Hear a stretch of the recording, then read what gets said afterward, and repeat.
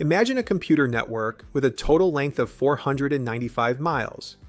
Suppose you want to reduce the cost of laying optical fiber by removing unnecessary connections. For example, consider the network shown on the screen.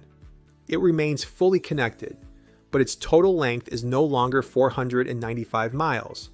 It is only 195. You are pleased with your idea and are about to put it into practice. But then a mathematician comes along and proposes a different solution. Starting from the same original network, he finds an even shorter connected network with a total length of only 170 miles.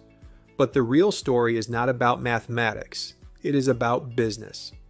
Imagine that your original strategy of 195 miles has been improved to just 170. That is a reduction of 25 miles. Considering that laying a single mile of optical fiber costs approximately $50,000, this mathematical improvement saves $1,250,000. This simple example shows why businesses cannot afford to ignore mathematics. If you are looking for a mathematical solution to an optimization problem in your own business, visit optimith.pro.